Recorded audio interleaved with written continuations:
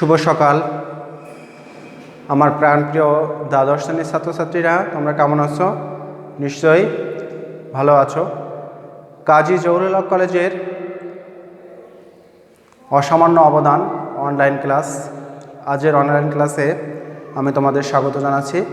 আমি বিপ্রদাস বিশ্বাস, প্রভাষক বাংলা। তো প্রিয় শিক্ষার্থীরা, গত ক্লাসে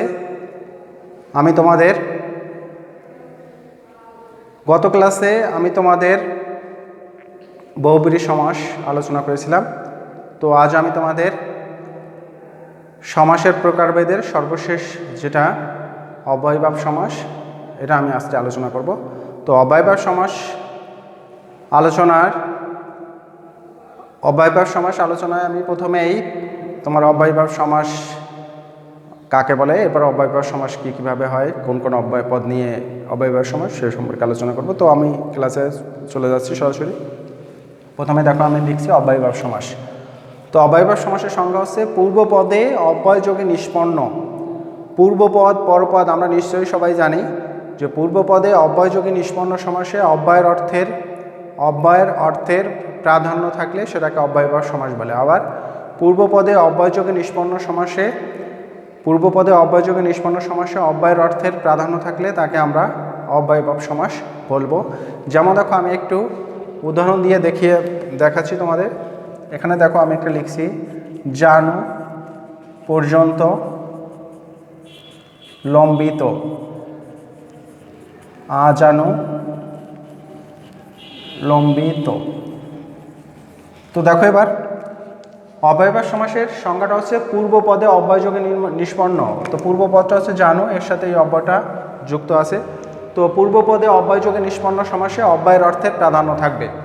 তো দেখো, জানু পর্যন্ত লম্বিত, তো পর্যন্ত যদি অব্যয় হয় তাহলে এখানে কি পর্যন্তর অর্থ এখানে কি প্রধানভাবে প্রতীয়মান হয়েছে। আবার দেখো, অব্যয়ভাব সমাস পূর্বপদে অব্যয়যোগ্য সমাসে অব্যয়ের অর্থের প্রাধান্য থাকবে। তো পর্যন্ত শব্দের কি এখানে প্রাধান্য আছে? তোমরা সবাই বলবা না। কিন্তু পর্যন্ত শব্দের অর্থের প্রাধান্য এখানে আছে, কিন্তু সেটা একটু পরিবর্তিত হয়ে, যেমন দেখো, পর্যন্ত যে অব্যয় শব্দ, এর অর্থের প্রাধান্য হয়েছে এখানে আ হিসাবে। অর্থাৎ পর্যন্ত শব্দের অব্যয় হচ্ছে আ, পর্যন্ত শব্দের অব্যয় আ। তো এবার কি আছে যে জানু পর্যন্ত লম্বিত, আজানু লম্বিত। তাহলে পর্যন্ত শব্দের অব্যয় যদি আ হয় তাহলে কিন্তু এখানে আছে আজানু লম্বিত। তাহলে পূর্বপদে অব্যয়যোগে সমাসে অব্যয়ের অর্থের প্রাধান্য থাকে। তাহলে পূর্বপদে পর্যন্ত এটা আছে, তাহলে এখানে এই পর্যন্তের অব্যয়ের অর্থের প্রাধান্য আছে। তাহলে পর্যন্ত শব্দের অব্যয় হচ্ছে আ। তো আবার দেখো, পূর্বপদে অব্যয়যোগে নিষ্পন্ন সমাসে অব্যয়ের অর্থের প্রাধান্য থাকবে, কিন্তু অব্যয়ের অর্থের প্রাধান্য থাকবে এখানে একটু পরিবর্তিত হয়ে। যেমন দেখো, জানু পর্যন্ত লম্বিত, এখানে পর্যন্ত শব্দের অব্যয়টা হচ্ছে আ, অর্থাৎ পর্যন্ত শব্দের অব্যয় বা পর্যন্ত শব্দ পরিবর্তিত হয়ে আ হয়ে গেল। তাহলে কিন্তু এখানে অব্যয়ের অর্থের প্রাধান্য আছে। তো আমি নিচে কিছু উদাহরণ দেখব। এই উদাহরণগুলোতে অব্যয়ভাব সমাসের অব্যয় পদটি বন্ধনীর মাধ্যমে, আমি ব্র্যাকেটের মাধ্যমে দেখাবো, এবং পরে আবার বলছি, নিচে আমি কিছু উদাহরণ বলবো। উদাহরণগুলোতে অব্যয়ভাব সমাসের অব্যয় পদটি, নিজের কিছু উদাহরণে অব্যয়ভাব সমাসের অব্যয় পদটি আমি প্রথমে ব্র্যাকেটের মধ্যে দেখাবো, এরপরে তার কিছু ব্যাসবাক্য এবং সমস্ত পদ আমি তোমাদের দেখাবো। দেখো, প্রথমে আমি তোমাদের দেখাচ্ছি, একদম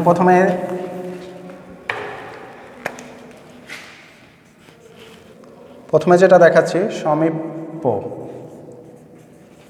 সমীপ্য শব্দের অব্যয় হচ্ছে উপ। অর্থাৎ সমীপ্য যদি থাকে তাহলে তার অব্যয়টা হবে উপ। যেমন দেখো, আমি উদাহরণটা দেখছি, কণ্ঠের সমীপে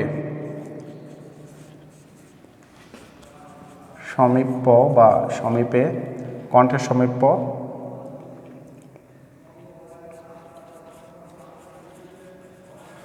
তো এই কণ্ঠের সমীপ্য শব্দের অব্যয়টা হচ্ছে উপ, তাহলে এখানে উপ আছে। আবার দেখো, কুলের সমীপে, সমীপে, সমীপে সমীপ একই, কুলের সমীপে উপকূল, এরকম। তাহলে সমীপ শব্দের অব্যয় হচ্ছে উপ, তাহলে কণ্ঠের সমীপে উপকণ্ঠ, কুলের সমীপে উপকূল, এরকম। যে অব্যয় পদের নিচে আমি উদাহরণের সাহায্যে এই অব্যয়ভাব সমাসের অব্যয়পদটি ব্র্যাকেটের মাধ্যমে অব্যয়ভাব সমাসের অব্যয়পদটি ব্র্যাকেটের মধ্যে দেখাচ্ছি এবং পরে আমি কিছু উদাহরণ দিয়ে দেখাচ্ছি। এরপরে দেখো আছে, এরপরে যেটা আছে সেটা হচ্ছে বিপসা। বিপসা থাকলে অনু প্রতি। তো বিপসাটা কি? বিপসাটা হচ্ছে কোনো শব্দ দুইবার থাকা, এরকম। বিপসা হচ্ছে কোনো শব্দ দুইবার থাকা, সেটা হচ্ছে বিপসা। তাহলে বিপসা থাকলে অনু বা প্রতি, যেমন দেখো দিন দিন, দিন দিন, প্রতিদিন, ক্ষণে ক্ষণে, অনুক্ষণ, দিন দিন, প্রতিদিন, ক্ষণে ক্ষণে, অনুক্ষণ। এরপরে দেখো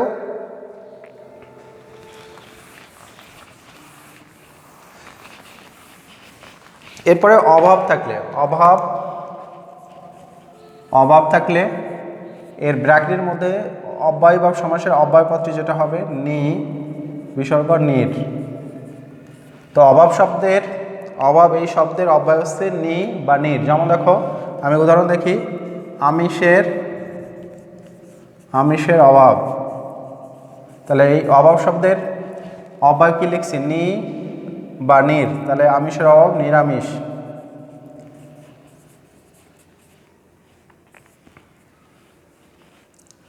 আমিষের অভাব নিরামিষ। তারপরে ভাবনার অভাব,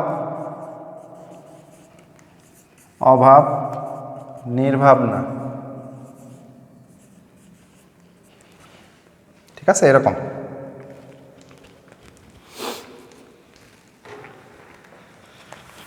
এরপরে দেখাই আবার পর্যন্ত থাকলে, পর্যন্ত শব্দের অব্যয় হচ্ছে আ। পর্যন্ত শব্দের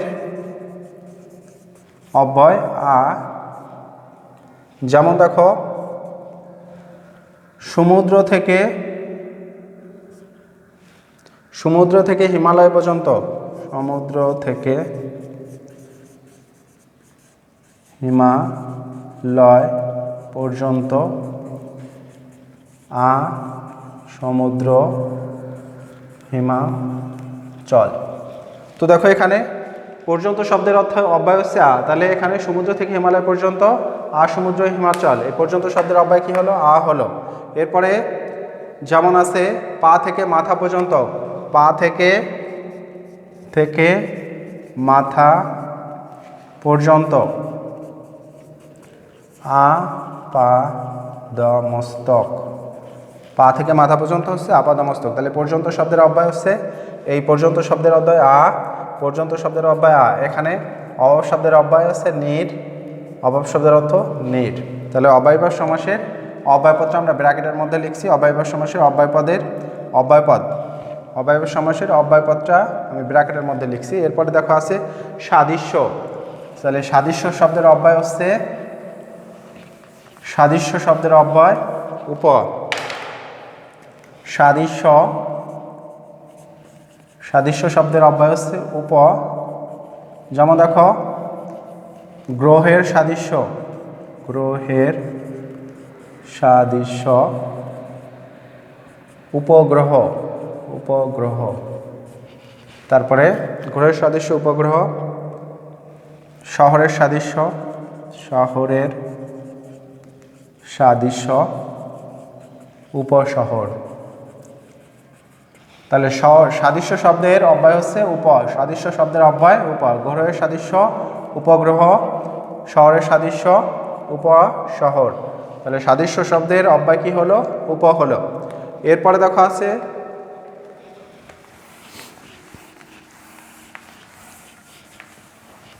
অনতিক্রমতা।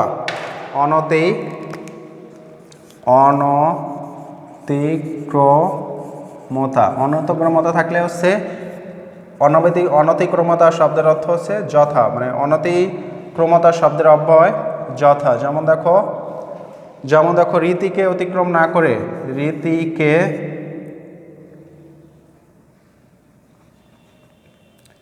রীতিকে অতিক্রম না করে, যথারীতি।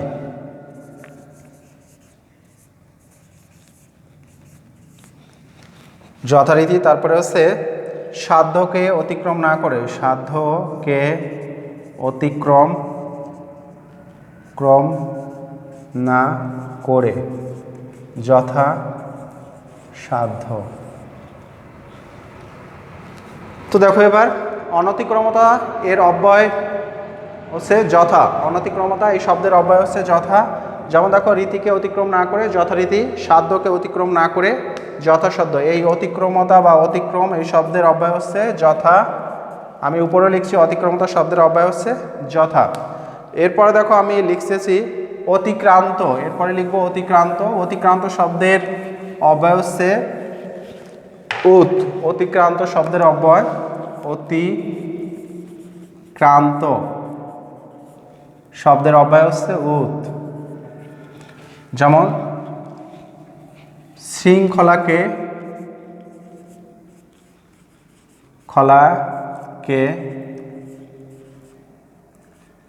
অতিক্রম না করে, শৃঙ্খলাকে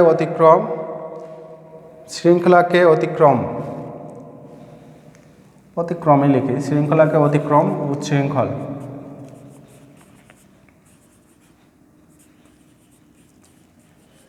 শৃঙ্খলাকে অতিক্রম উচ্ছৃঙ্খল। এরপর বেলাকে অতিক্রান্ত,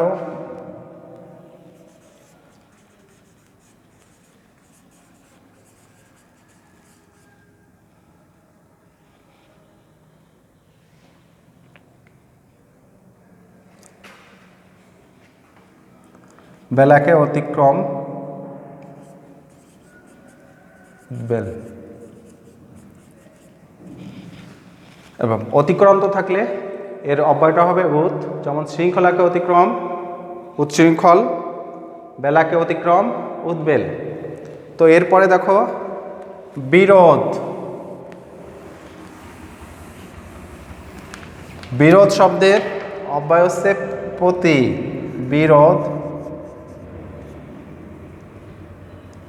বিরোধ শব্দের অব্যয় হচ্ছে প্রতি। যেমন দেখো বিরোধবাদ, প্রতিবাদ। তারপরে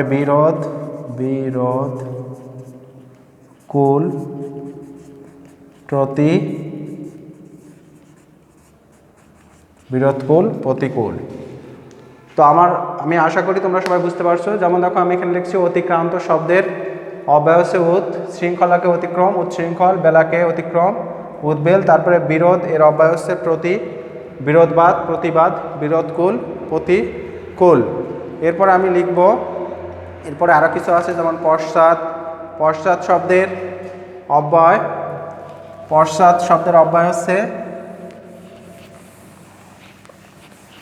পশ্চাৎ শব্দের অব্যয় অনু। পশ্চাৎ শব্দের অব্যয় হচ্ছে অনু। যেমন দেখো পশ্চাৎ গমন অনুগমন, পশ্চাৎ ধাবন অনুধাবন, পশ্চাৎ গমন অনুগমন, পশ্চাৎ ধাবন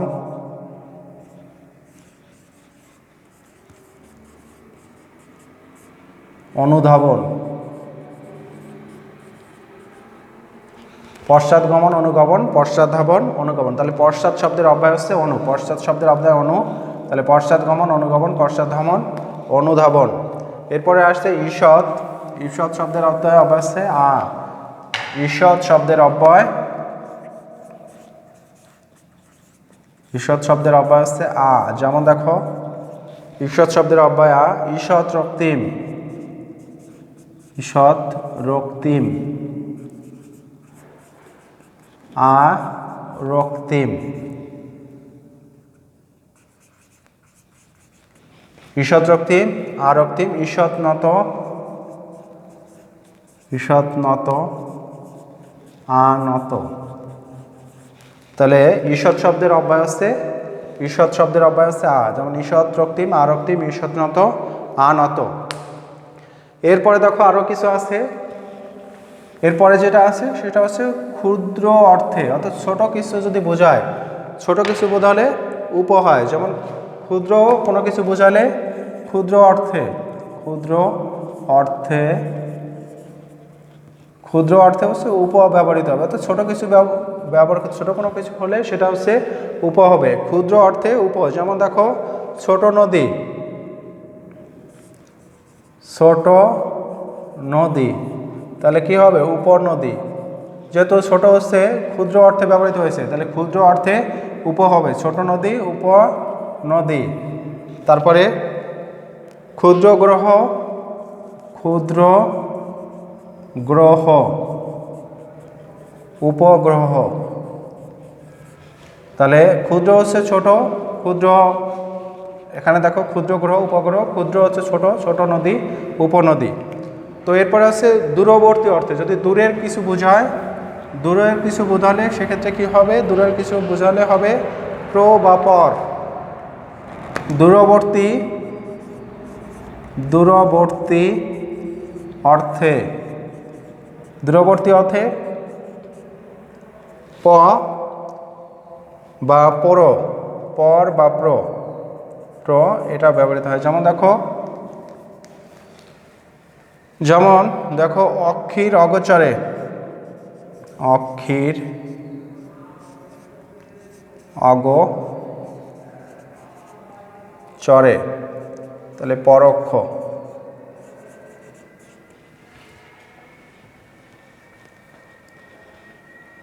তারপরে প্র যে বচন,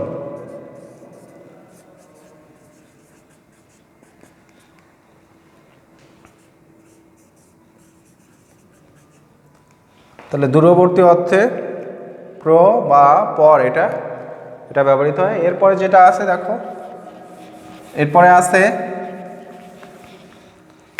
প্রতিদ্বন্দ্বী অর্থে, প্রতিদ্বন্দ্বী,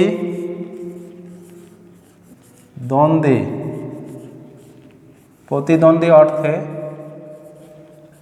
কি ব্যবহৃত হয়? প্রতিদ্বন্দ্বী অর্থে প্রতি ব্যবহৃত হয়। যেমন দেখো অন্য পক্ষ, অন্য পক্ষ, প্রতিপক্ষ, অন্য পক্ষ, প্রতিপক্ষ, এই।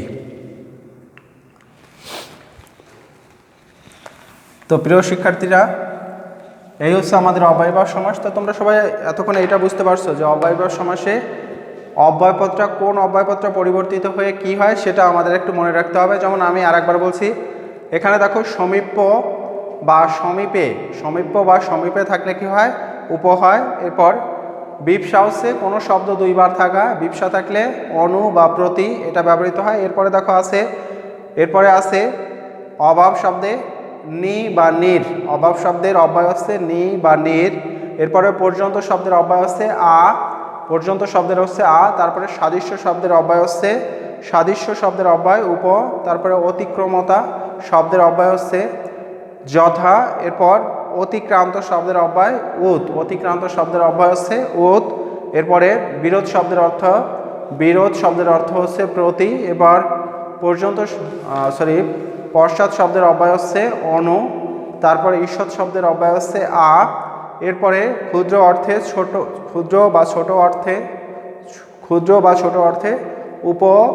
এরপরে আছে ক্ষুদ্র বা ছোট অর্থে উপ। এরপর বৃহৎ, বৃহৎ না, দূরবর্তী অর্থে, দূরবর্তী অর্থে প্র বা পর। এরপরে প্রতিদ্বন্দ্বী অর্থে, প্রতিদ্বন্দ্বী অর্থে, প্রতিদ্বন্দ্বী এই অর্থে প্রতি ব্যবহৃত হয়। তো এই অব্যয়গুলো যদি তোমরা মনে রাখতে পারো তাহলে তোমার অব্যয়ভাব সমাস সহজে মনে রাখতে পারবে। তো প্রিয় শিক্ষার্থীরা, গত ক্লাসে অনেকেই কমেন্ট করেছিলে যে স্যার বেতিহার বহুব্রীহি সমাসটা দুইবার লিখেছেন। তো প্রথম আমি যে জায়গায় ব্যতিহার বহুব্রী সমাস লিখেছি, তো ওইটা হবে ব্যতিহারের পরিবর্তে ওইটা হবে ব্যাধিকরণ বহুব্রী সমাস। গত ক্লাসের কমেন্টে অনেকে লিখছো স্যার যে ব্যতিহার বহুব্রী সমাসটা দুইবার লিখছেন, তো প্রথম আমি যেটা ব্যতিহার বহুব্রী সমাস লিখছি ওটা ব্যতিহার হবে না, ওটা হবে ব্যাধিকরণ, আর পরে যেটা ব্যতিহার লিখেছি ওটা ব্যতিহারই হবে। তার মানে তো বুঝতে পারছো যে প্রথম যেটা আমি ব্যতিহার লিখেছিলাম ব্যতিহার বহুব্রী ওটা হবে ব্যাধিকরণ বহুব্রী, বয়জফলা আকার ধরস্বী কর মূর্ধন্য ব্যাধিকরণ বহুব্রী সমাস হবে। প্রথমটা বলতে তোমার একদম প্রথম যেটা ছিল এরপরটা প্রথম ছিল সমানাধিকরণ বহুব্রী, এরপরেরটা হবে ব্যাধিকরণ বহুব্রী, আর শেষে ব্যতিহার বহুব্রী যেটা আছে ওটা ঠিক থাকবে। তো ধন্যবাদ সকলকে, আজকে এই পর্যন্তই। সকলের প্রাক নির্বাচনী পরীক্ষা ভালো হবে এই কামনায় আজকে ক্লাস শেষ করছি।